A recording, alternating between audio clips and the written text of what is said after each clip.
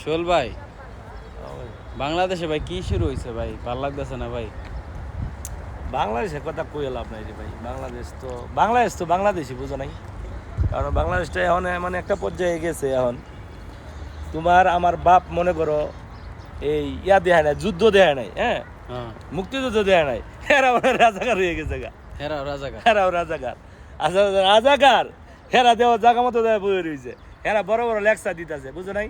মানে রাজাকার এর একসার দিতেছে। রাজাকারের লেকচার দিতেছে, আর তুমি আমি যে এই যে গরিবের সন্তান, হ্যাঁ, যুদ্ধ তোমার আমার তো আমি তো দেই নাই, তোমার আমার বাপও দেয় নাই যুদ্ধ, ওদের হেরা এখন রাজাকার।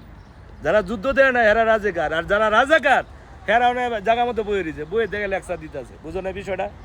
এ আর কি কয়ে লাভ নাই। পড়ালেয়া যারা করতেছে গরিবের সন্তান, এরা চাকরি পাইতেছে না, রাস্তায় রাস্তায় ঘুরতেছে, হ্যাঁ, কেউ এই ডিগ্রি পাস করে অনার্স কমপ্লিট করে মাস্টার্স কমপ্লিট করিয়া রিক্সা চালায়, হ্যাঁ, ভ্যান চালায়, বিদেশ আয়।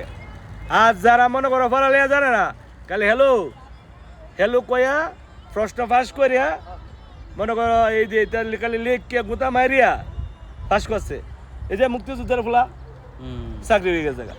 মানে পড়ালেয়া জানো আর নিজের নাম লিখতে হয় না। যোগ্যতা নাই কিন্তু চাকরি ঠিকই হয়েছে। হ্যাঁ, তুমি কইবা, তুমি একটা ইন্টারভিউ নেওয়ার সময় তুমি যদি বলো যে আমার সোনার বাংলা, আমি তোমায় ভালোবাসি, হ্যাঁ, এটা হ্যাঁ বাংলা রিডিং করতে ভালোভাবে রিডিং এ করতে পারতো না, Reading এ অথচ পড়তে হ্যাঁ পারতো না, হ্যাঁ বড় পদে চাকরি লইছে, অফিসার হয়ে গেছে। অফিসার হয়ে গেছে। আর তুমি হুম, এই যে এত মেধাবী একটা ছাত্র, তোমার মেধাবী করবে তোমার কোনো মূল্য নাই।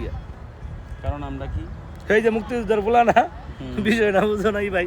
এটা কয়ে লাভ নাই ভাই। এখন এমন একটা পরিস্থিতিতে আছি, এই যে একটা মানে মেধাবী ছাত্রগুলারে এই যে গুলি করে মারতাছে, তুমি কি মনে করে কারো ইশারাই করতেছে না এগুলা? অবশ্যই। হ্যাঁ, কারো ইশারা তারাই ছাড়া কি কেমনে গুলি করে দিব? কেন